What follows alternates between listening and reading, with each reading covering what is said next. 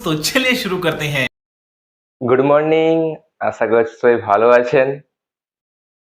আজ আরো একবার এক নতুন ব্লগ নিয়ে চলে এলাম। নিচে যাই, দেখি মা কি করছে। और अभी तो रुको, क्लाइमैक्स अभी बाकी है। মা, তুমি কি করছো? এই দেখ, তোর বাবা পুরো বাজারটা তুলে নিয়ে এসেছে, একসঙ্গে এত সবজি নিয়ে এসেছে। পালং শাকটা ভরে নি, সব প্যাকেটে করে করে রাখতে হবে, আর না হলে নষ্ট হয়ে যাবে বর্ষায়।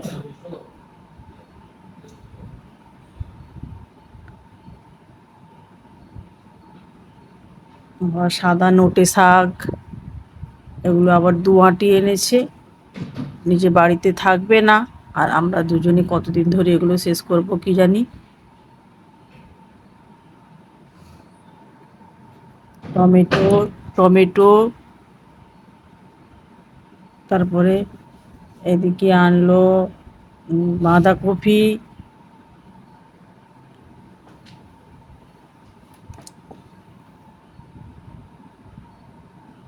এবার কুঁদরি কত এনেছে দেখ।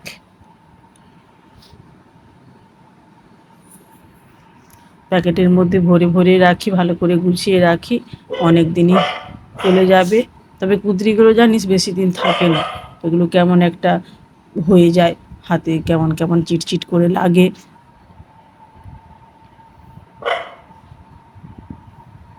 বরবটিটা দেখ কত সুন্দর, বরবটিগুলো একদম সবুজ টাটকা বরবটিগুলো এনেছি। কালকে একাদশী আছে, তাই জন্য এনেছি। একাদশীতে বরবটি, গাজর, আলু দিয়ে তরকারি করা হয়, আবার সাবুর খিচুড়ি করা হয়, বা পোলাও করি, ওই জন্য তোর বাবা এনেছি।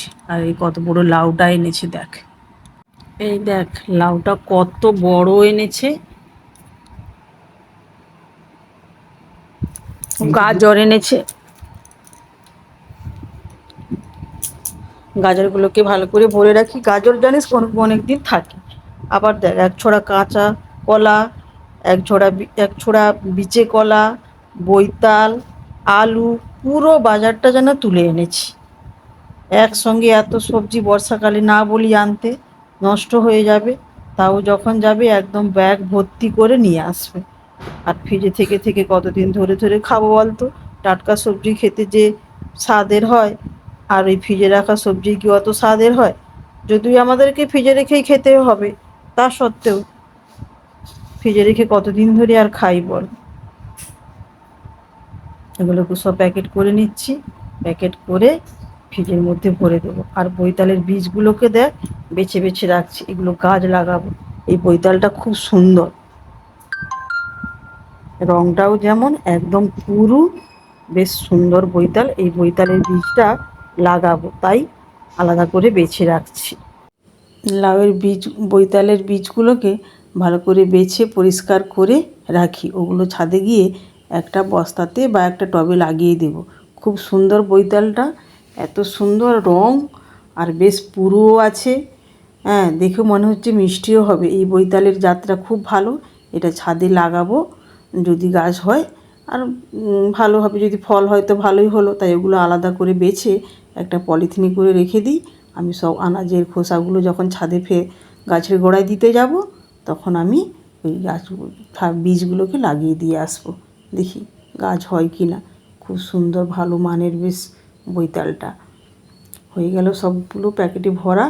এবার যাই একটা একটা করে ফ্রিজে আবার গুছিয়ে রেখে আসি। আর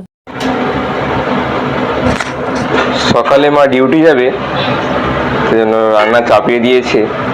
করেছে আজ ডাল পালং, আর এখানে ভাত হচ্ছে।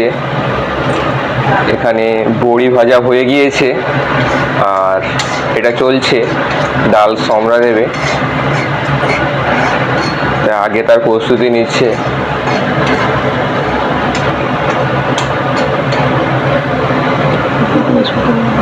আজকে বৃহস্পতিবার, তাই তেমন কিছু রান্না করেনি। ওই ডাল পালং, ভাত আর বড়ি, আলু ভাতে করেছে। লঙ্কা ভাজাটা হয়ে গিয়েছে। গড়িয়ে নিচ্ছে একটা ডিশে করে।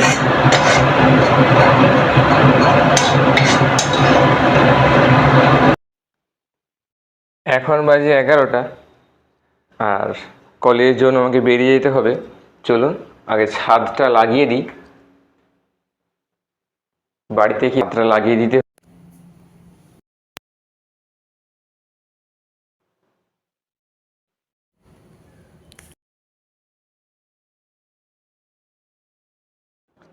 এই ছাদটা লাগানো হয়ে গিয়েছে, উপরে ছাদটা লাগানো নেই, ভোলু আসার জন্য খুলে রেখেছিলাম। চলুন আগে লাগিয়ে দিই, তারপরে ভাত খাইয়ে কলেজের জন্য বেরিয়ে যাব।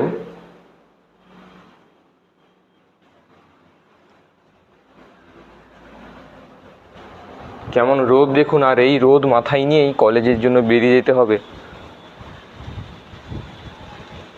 ছাদটা লাগিয়ে দিই।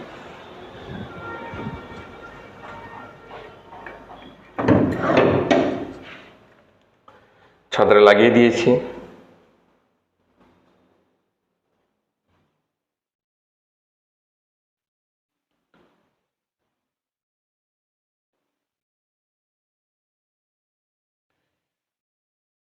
রুমের চাবিটা লাগিয়ে দিতে হবে।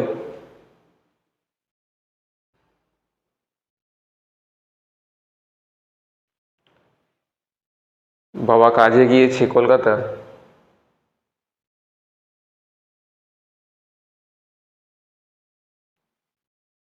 আর এই যে গাছটা দেখতে পাচ্ছেন, এই গাছটা অনেকে হয়তো ভাবছেন যে সত্যিকারের গাছ, কিন্তু এটা সত্যিকারের গাছ নয়। এটা দেখুন প্লাস্টিকের গাছ। ভাতটা বেড়ে নিই, ভাতটা খেয়েই কলেজের জন্য বেরিয়ে যাব। থালাটা প্রথমে ধুয়ে নিই।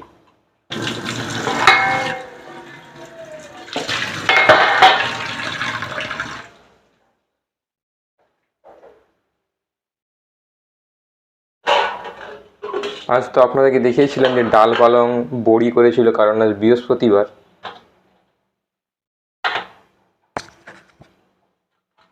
দুটো নিয়ে নিয়েছি। আর এখানে দেখি কি রয়েছে।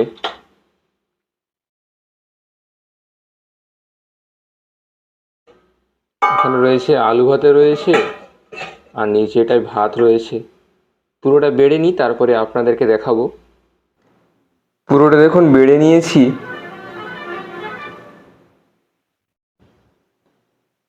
খেয়ে নিই, তারপরে স্নান করে কলেজের জন্য বেরিয়ে যেতে হবে।